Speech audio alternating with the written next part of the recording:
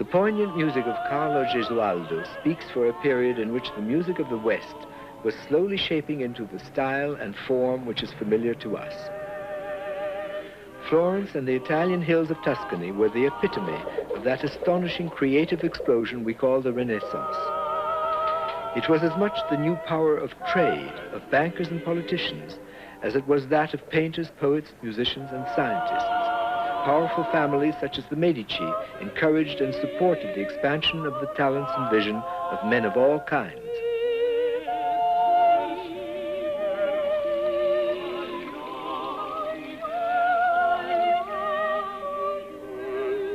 As we reach the 17th century, the chasm between the art of the church and court and that of the people narrows. To my mind, this closing of the cultural gap in the life of all men and women is one of the most exciting facts of the Renaissance.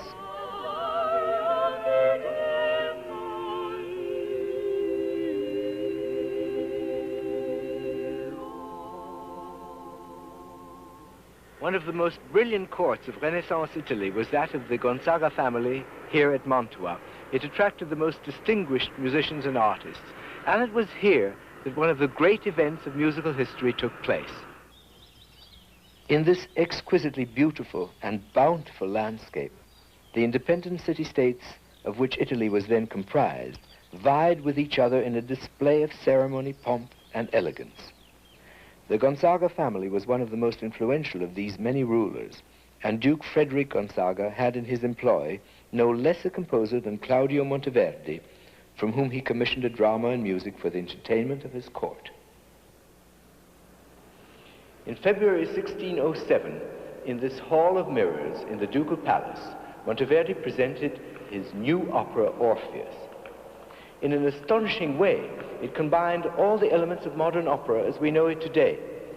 The score was immediately published, and opera, as a popular form of entertainment, spread like wildfire throughout Italy and beyond.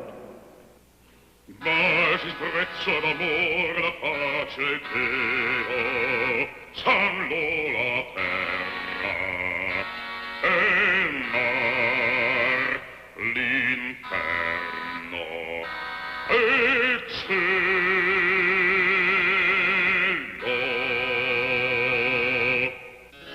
No, no, non dei più fido amanti, odono le voci e il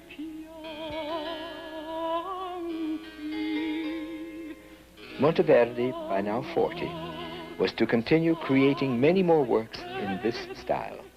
Unfortunately, most of these are lost, or only survive in fragments, such as can be found in the collection published in 1638 under the title Madrigali, Guerrieri ed Amorosi, performed here in the Ducal Palace.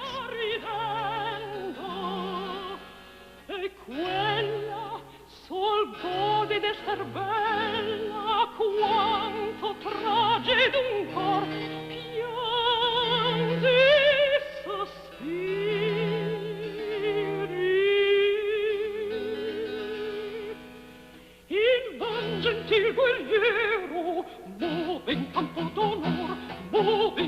d'onor, leggiadro e fiero. Indarno ingegno altero, fregide eterni carni, beltà che non ascolta e non l'apprezza. Oh, barbara fierezza, cor di tigre d'angue, mirar senza dolore, fido amante versar lagrime e sangue.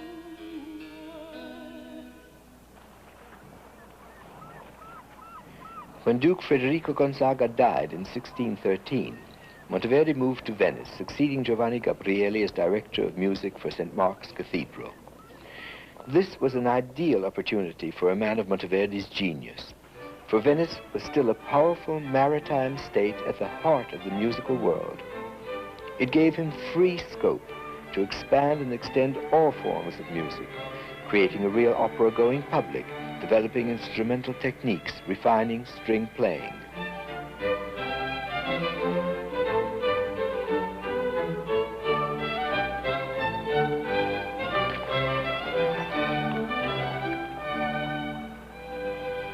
The wealthy families of Venice were among the leading patrons of opera, and it was in this palace of the Mocenigo family that many of Monteverdi's operas were first given.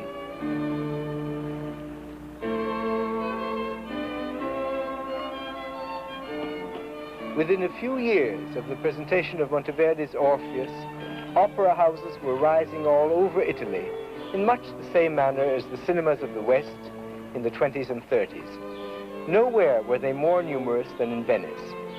Each year saw dozens of new works, the more recent eclipsing the previous ones in splendor and popular acclaim.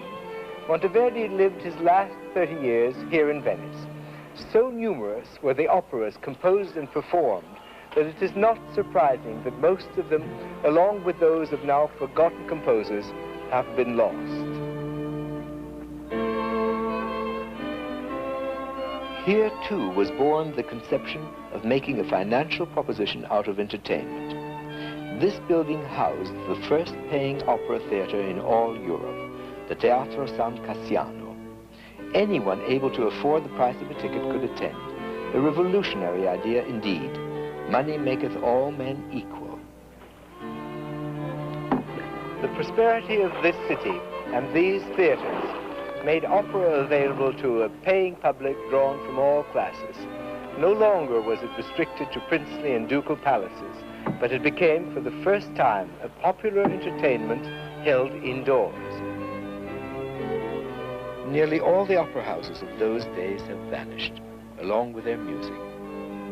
This theater, La Fenice, dating from 1792, was one of the last of the many built here in Venice. It is the only one to survive and still presents today exquisite opera. Of all the world's theaters, it is one in which I take particular delight. Opera, one could say, was the bridge between the past and the future. It helped to usher in that age we call the Baroque. Why is it that this land, this Italian people, should have given the human voice its most melodic expression in song and in speech? Is it perhaps the warm climate or a volatile temperament belonging to a people requiring frequent emotional outlets? Or could it be a sense of life being but a play and human beings set characters in inescapable roles? Whatever the reason, opera became and remains one of the most popular entertainments in Italy. Audiences are extremely exacting, particularly up there, demanding brilliance and intensity from their performers. And many a singer, not quite able to accomplish the musical acrobatics required, has suffered the shouts and whistles of a disappointed audience.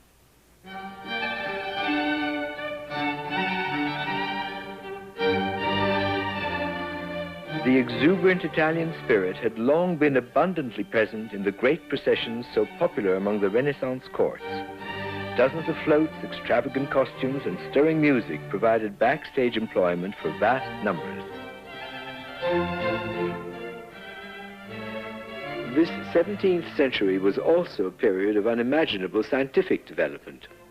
Until now, it had been accepted that the universe revolved around the Earth, as this model was especially designed to prove.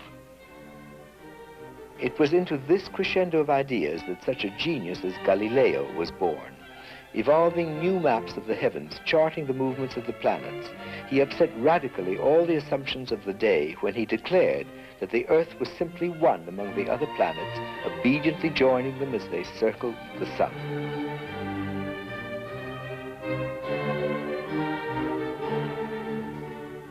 By 1610, Galileo had perfected his telescope, and word of this wonderful device spread everywhere, evoking a passion for measurement.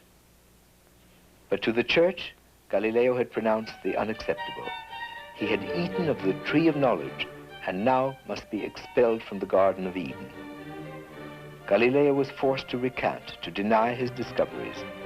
but even the church could not turn back the clock.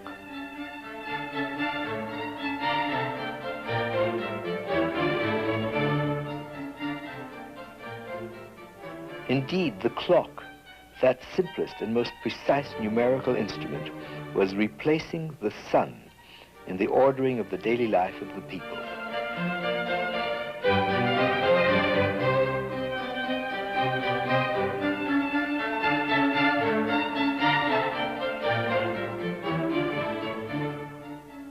Galileo's telescope helped to prove that the Earth was round and not flat. The principle of practical testing by experiment and demonstration was becoming basic to the scientific method. The world's first university was founded in Italy during the Middle Ages. By now, students from all over the world came to benefit from the latest in learning and philosophy, as here at the University of Padua. You can see the traces of their presence painted on wall and ceiling.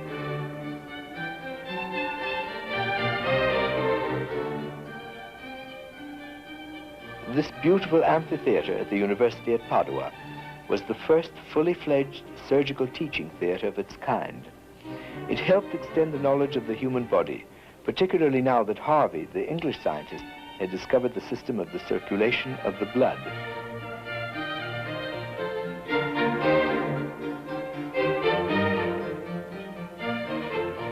No composer had a greater influence on the development of instrumental music at this time than Arcangelo Corelli. Born in 1653, only 10 years after the death of Monteverdi, it was Corelli who established the four-movement sonata and introduced the concerto. This music vividly portrays the exuberant Italian dramatic spirit. It is clearly operatic in its inspiration, yet perhaps because he was a violinist, Corelli wrote no music at all for the human voice.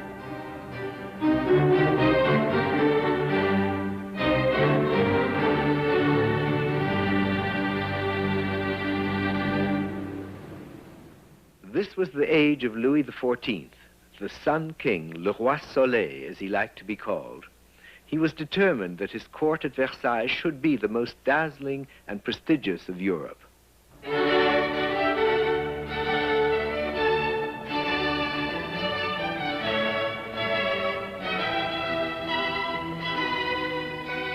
While the king was still a boy, there came to France a young Italian violinist, Giovanni Battista Lully.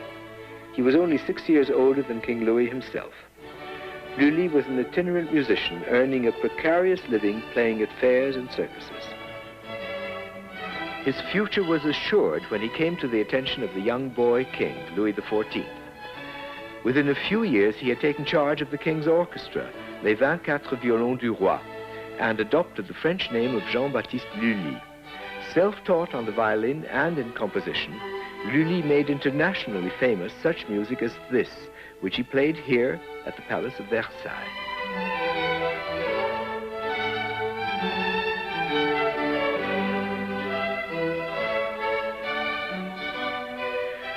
Louis XIV made theater and music a focal point of court life.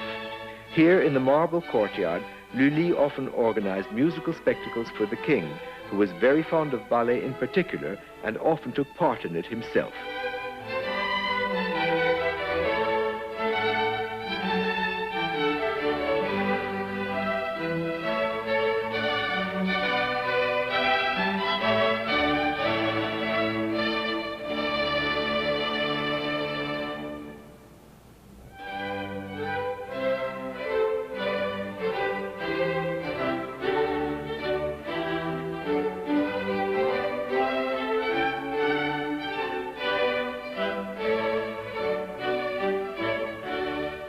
Lully and his musicians also played for the king's private receptions, which were frequently given here in the Mars drawing room.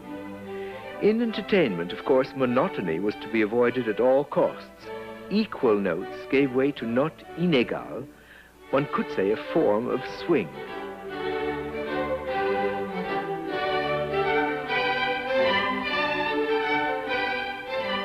During warm summer evenings, Lully's music could often be heard in the formal gardens of the palace.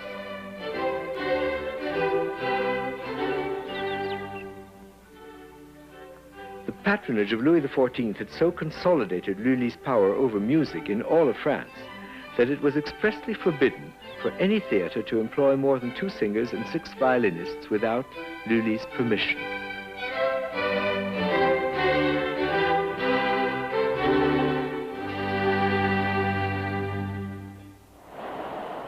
By the time that Louis XIV came to the throne of France, the era of colonization was well established. Much of North America was explored and settled by the French, and the music of these trappers, traders, farmers, and explorers is a lasting legacy. At its peak, the French influence swept from Canada south, round the English colonies of the East Coast, all the way to the Gulf of Mexico and west to the Rocky Mountains. Vast territories in western and southern North America, and almost the whole of South America, were conquered by the Spanish and Portuguese, who, with the other colonizing powers, virtually obliterated the rich cultures they found in these new lands. The Spanish brought with them the guitar, an instrument with ancient roots, which in time developed its own virtuosity in various styles, amongst them the flamenco.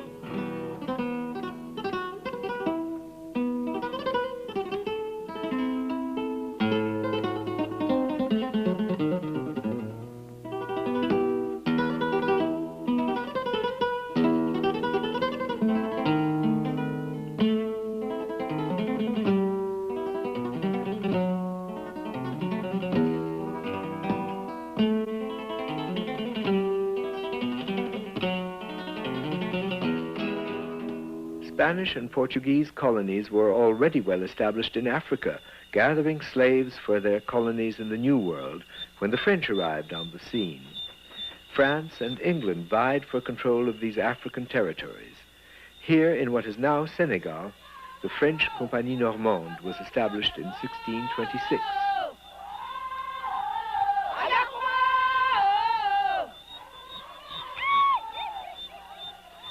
Here, the French encountered a musical tradition that permeated every aspect of life. Songs of celebration, songs of ceremony, sacred songs, and songs to lighten work, as in the harvesting of rice in this Casamance region of what is now Senegal.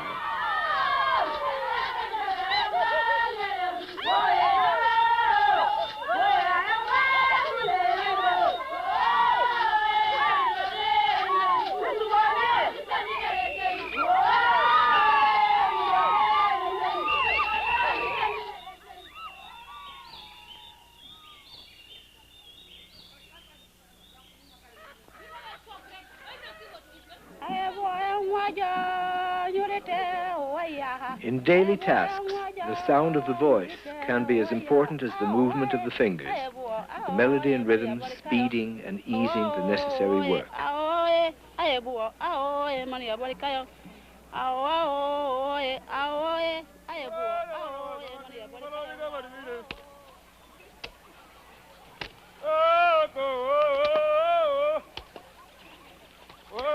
No music can be strictly called Senegalese, for there are more than a dozen peoples in this country, the Wolof, Peul, Tercer, and Diola, to name but a few. This man has good reason to sing out his joy, for he has tapped the palm for sap, which will become palm wine. Before the day is out, it will be fermented and ready for drinking.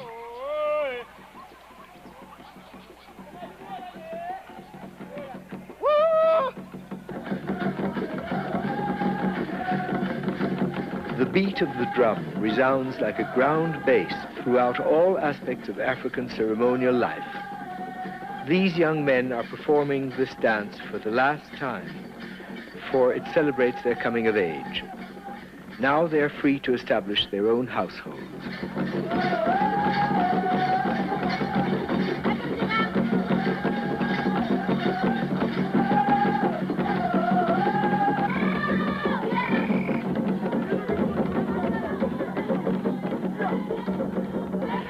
Rhythm is the lifeblood of African music. Each player pursues his own independent beat, resulting in a collective rhythm so complex that the conscious human mind surrenders, and an almost hypnotic state is induced in players and audience alike.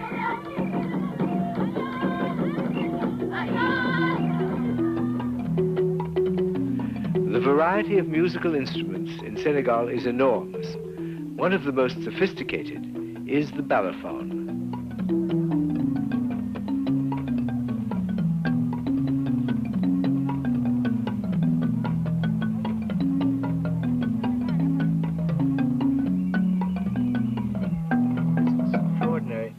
Instrument belongs to the great family of xylophones, principally African, I imagine, but extending throughout Asia to Indonesia, to Bali. In fact, it must have been an instrument which, like the violin, spread everywhere. This represents the basic elements of the piano, of the whole keyboard world.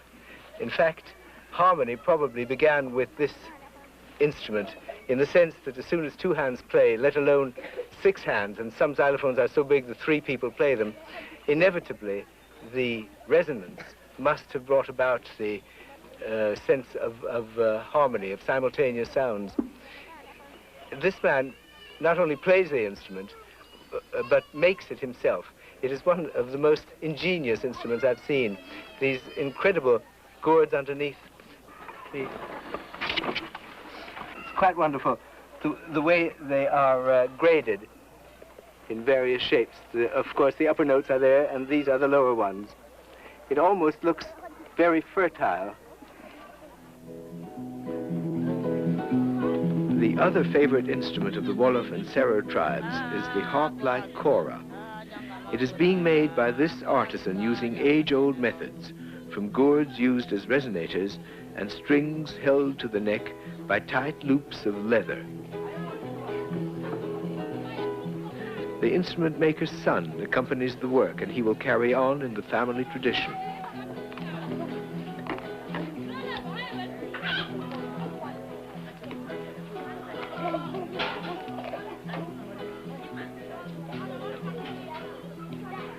There has always been something mystical in the making of musical instruments.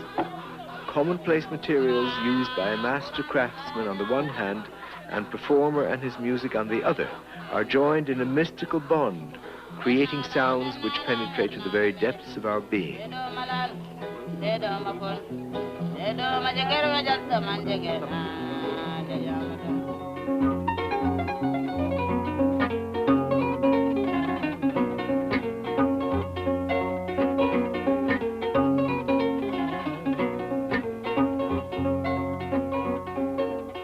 The kora is a gentle instrument, nothing percussive about it.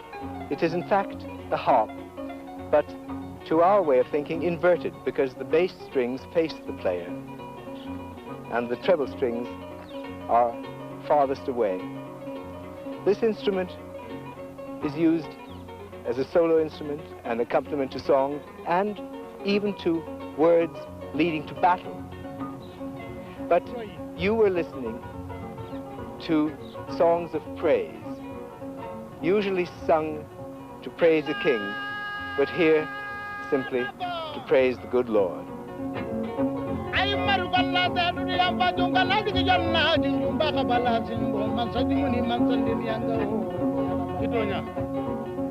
Wherever the African goes, he carries his music with him.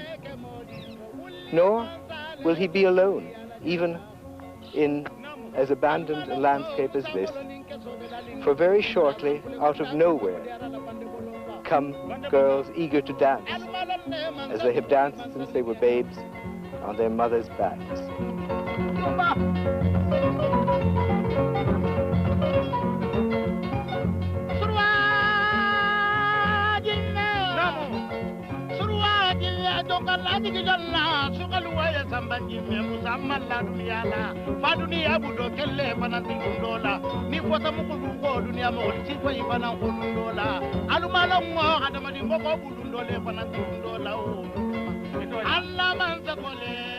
The Africa of today has no more eloquent spokesman than Léopold Sédar Senghor, President of Senegal. His poetry expresses black Africa with a lyricism that approaches music. In fact, he often specifies an instrumental accompaniment for the reading of his works. Chez nous, curieusement, il n'y a pas un mot pour dire poésie. Pour désigner le poème, on dit chant. Par exemple, en Tercer, le chant ou le poème c'est Gim, les chants ou les poèmes c'est Kim. Et les poètes, ce sont des chanteurs et des chanteuses. Mais la chose extraordinaire de l'Africain, c'est qu'il est toujours conscient de la complexité de la nature. Tous ces rythmes, les polyrythmes, les polyvoix, ça fait partie de ce qu'il entend autour de lui. Tous les animaux, tous les chants, tous les rythmes, tout danse dans la nature. Pour nous, négro-africains, le caractère essentiel de la musique, c'est le rythme. En Afrique, la musique pure, c'est le rythme. Et une de nos légendes dit que la première prière de l'homme fut faite avec le tam-tam invoquant la pluie, qui battent le rythme de base, et d'autres tam-tam, et surtout un tam-tam coryphée qui improvise, qui solidement appuyé sur ce rythme de base, n'est-ce pas, improvise par contretemps et syncope. Mais il y a également la mélodie en musique. C'est André Gide qui a fait remarquer dans son voyage au Congo que les chants africains sont toujours des chants polyphoniques. Donc, il y a plusieurs mélodies et il y a l'harmonie entre ces mélodies.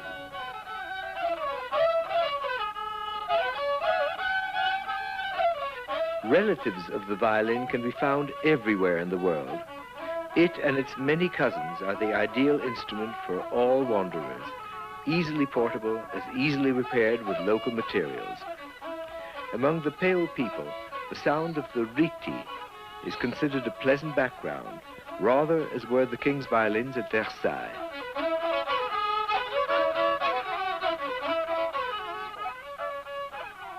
It's quite extraordinary because even though I understand perfectly well what they're doing, the technique is the same as it is on 4 strings.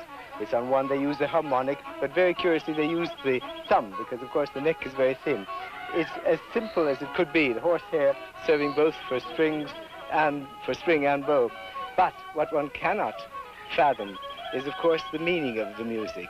It's exuberant, it's penetrating, the rhythm is very interesting.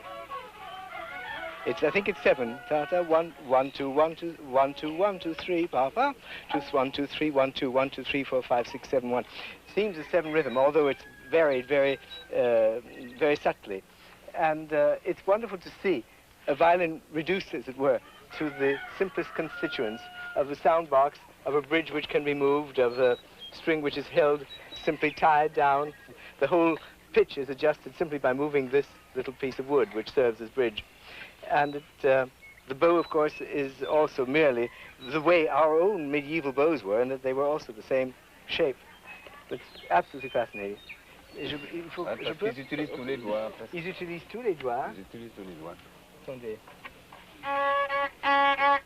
Je trouve c'est difficile de tenir et employer le pouce.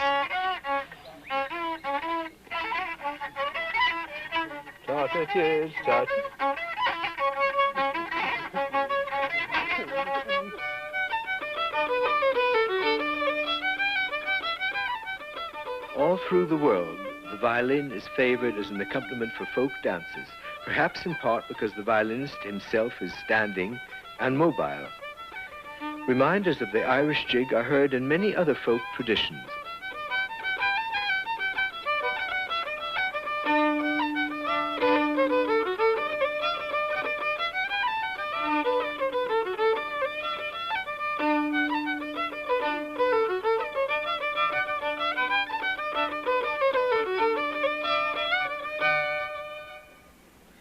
It is difficult to imagine how such a glorious, perfect, wonderful instrument could have originated in a weapon. This fascinating medieval print shows that the idea is hardly a new one. At the east door of the Cathedral of Santiago de Compostela, we find one of the oldest images of the bowed string, this moving 11th century carving of King David playing a medieval lyre. such instruments began to sing like the human voice, for at last the strings were stroked rather than plucked. The search continued throughout the Middle Ages for an instrument whose power and brilliance could cut through the noise of the dancers at court festivals.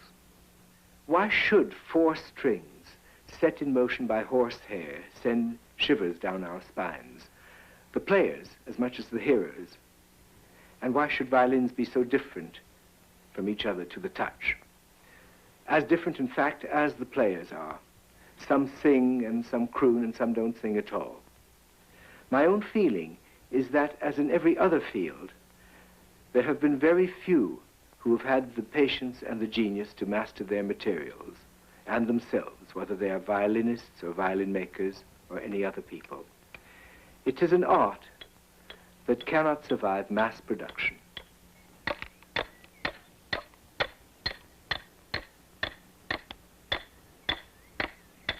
David Rubio, one of England's finest violin makers, works by the same methods and innate feeling as the best craftsmen of earlier times.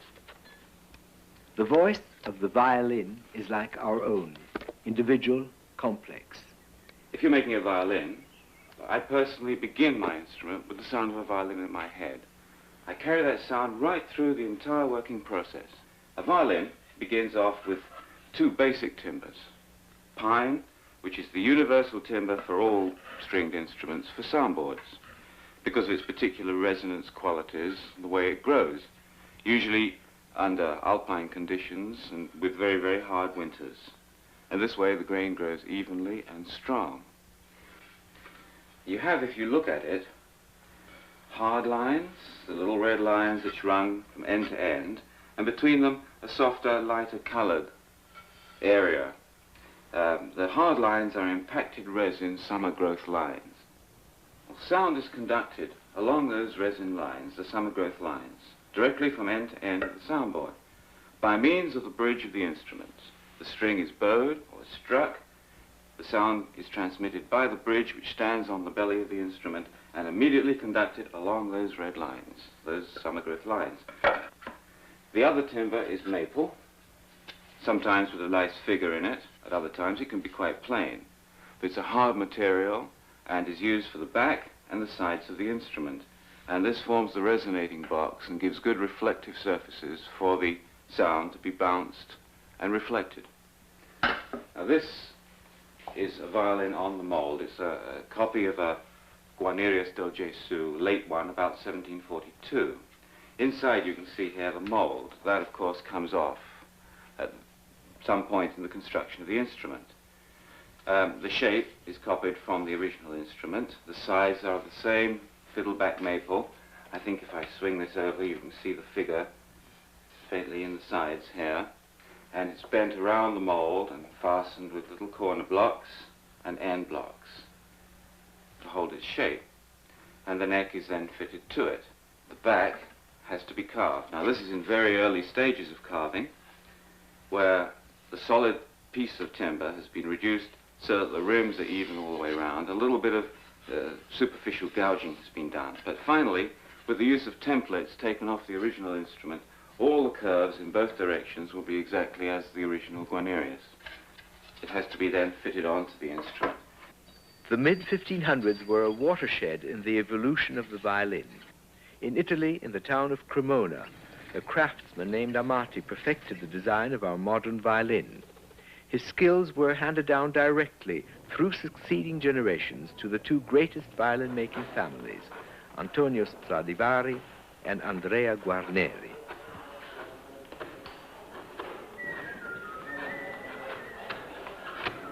In Cremona today, the International School of Lutherie carries on in this tradition which reached its apogee some 250 years ago. Most experts agree that Antonio Stradivari, born 1643, was the greatest master violin maker. Following his apprenticeship to Amati, over a period of nearly 70 years, working every day, he made more than 1,000 violins with his own hands, as well as a number of violas and cellos.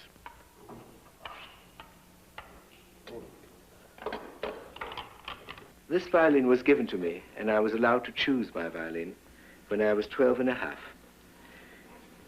It was made by Stradivarius when he was 90 years old. In fact, he must have been quite proud of that, because he wrote inside on the label, 90th year.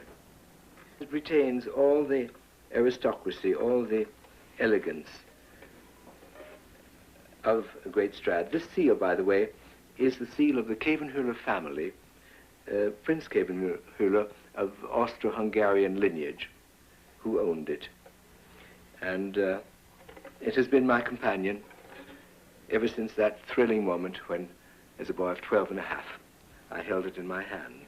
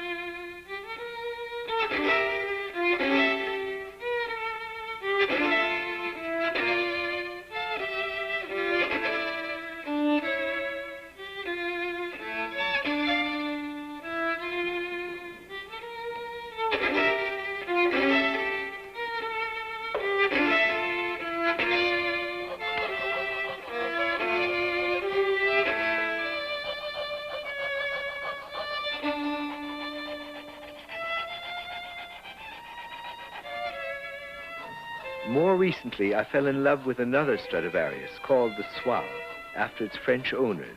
It has a brilliance and a body which demand great discipline. A Stradivarius is like a racehorse. It must be handled with extreme delicacy and a certain respect. You cannot betray a Stradivarius. It refuses to accept any excess, and it exposes a miscalculation ruthlessly. Stradivarius was the master of his materials as surely as was Michelangelo of his. To me, it seems that something of his spirit inhabits his violins like an ever-watchful ghost.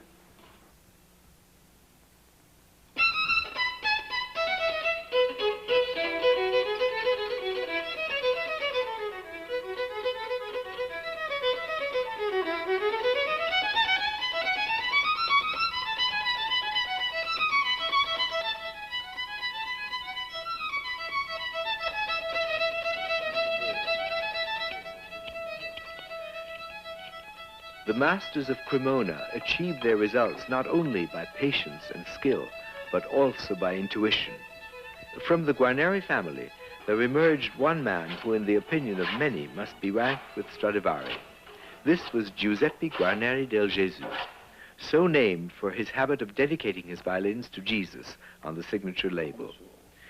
His inspired instruments are as bold and dramatic in sound as they are in appearance, and what is more, they encourage a bold and dramatic approach on the part of the performer. One of the characteristic aspects of human nature is this constant contrast, this conflict between what the Greeks call the Apollonian and the Dionysian, between this search for perfection, for light, and our need to be rooted in the earth. And these two qualities are best shown in these two instruments.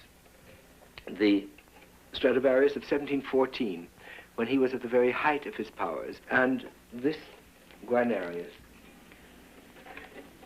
with its strong, rather rough-hewn lines, the F-holes, that's what they're called, are not exactly symmetrical. He could make a perfectly symmetrical, a perfectly exquisite instrument. I've seen a few such. But his real character demanded this kind of abandon, the abandon that he demands of his players, in fact. And this violin has given me the opportunity to express another part of my nature.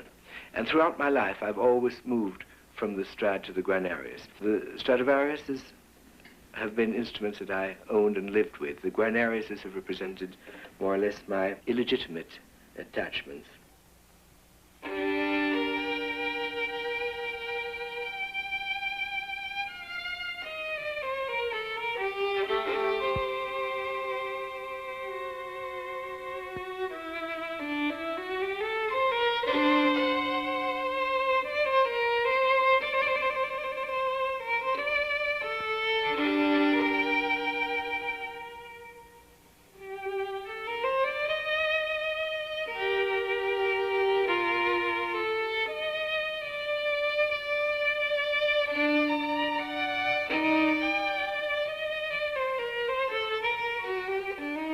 In the England of the 17th century, Samuel Pepys was recording in his famous diary the social and political upheavals of the England of his own time. He told of the restoration of Charles II to the throne in 1660, following the excesses of Cromwell and his Puritans, who had beheaded his father, Charles I. Soon after, the plague returned to England, and as it began to die out, the Great Fire of London of 1666 reduced much of the city to ashes. England produced at this time a composer who, to my mind, is the first of the great modern masters, Henry Purcell.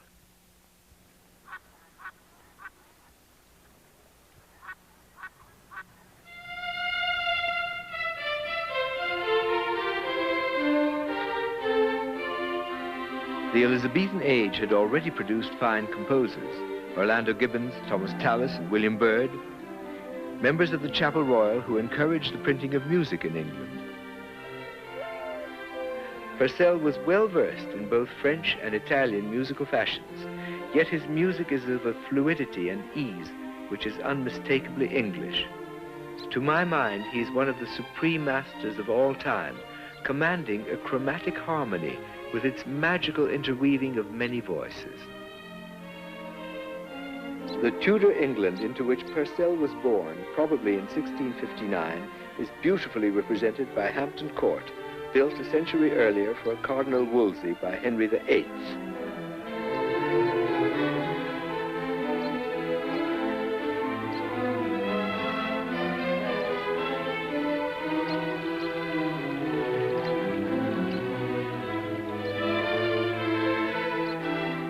Although Purcell loved the theater, he only wrote one opera, Dido and Aeneas, a masterpiece of poignant beauty. In it, Purcell's skills are heard at their height. At its close, Dido sings an unforgettable lament, a song of farewell to life.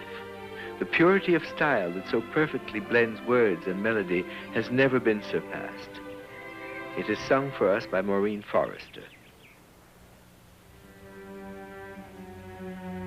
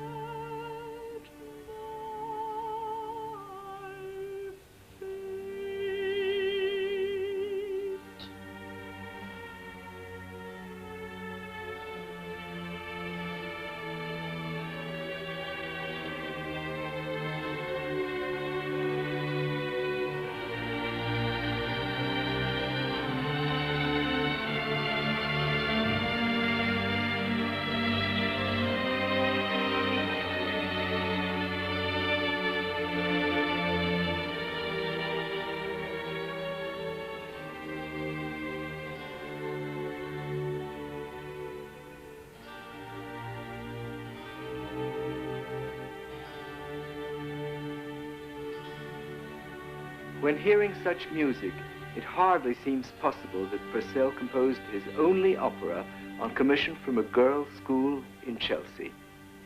For me, it is one of the most moving and powerful moments in music. But then, like most composers of his day, Purcell composed his music for special occasions, on commission, and for practical purposes. His sonatas were intended for the pleasure of music lovers gathered together at home, performing and enjoying, for music in England had been an admired skill for a long time. Purcell contributed in other ways, too, by revising the famous Introduction to the Skill of Music put out by his publishers, John and Henry Playford. They were well known, too, for their collections of popular English dancing tunes for the fiddle. The English Dancing Master, in which you could find such lively tunes as this.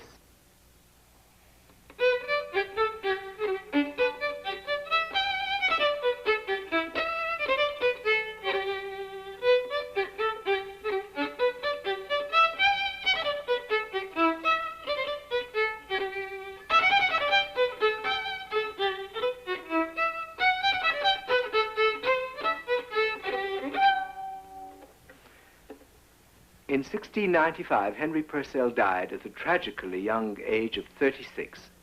4 years later, the Playfords started something new, concerts 3 times a week in a London coffee house. Just as these first public concerts began, English music was to undergo a major change, for in 1714, Queen Anne died and the House of Stuart came to an end, and the German House of Hanover occupied the British throne, and into English music came a German composer, George Frederick Handel.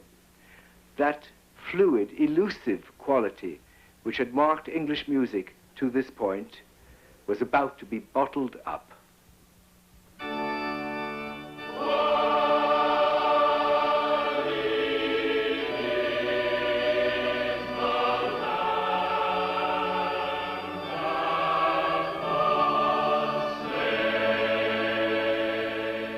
Handel brought to England a very particular style and technique developed in Germany and Italy.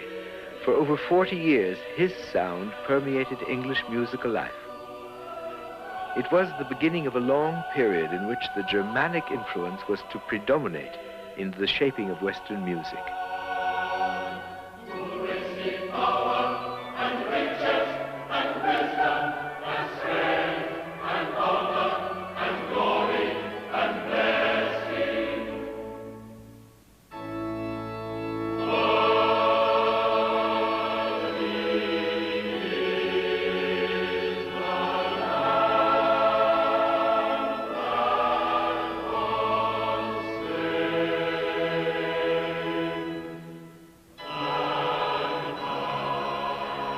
Handel's sensitive ear absorbed all that was best in the English choral tradition and made it his own. Perhaps no music has been so widely sung by amateur and professional choirs alike, and Handel's great oratorios are to this day beloved by vast audiences.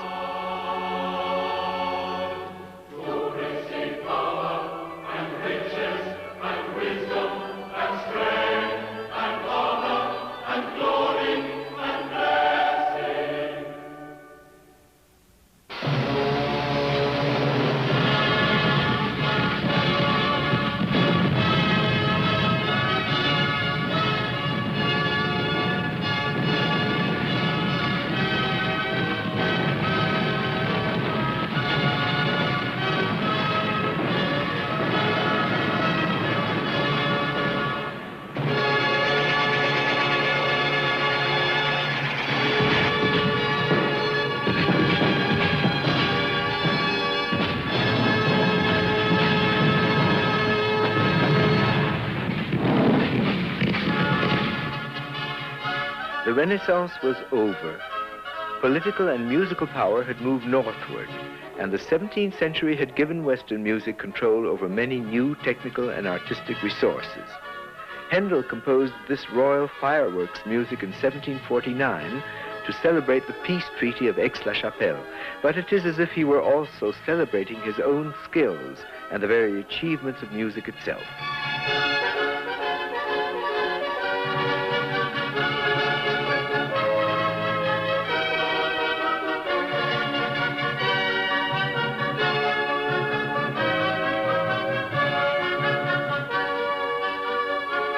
ground was now prepared for the vast array of musical styles that followed, and for the great works of our classical and romantic composers.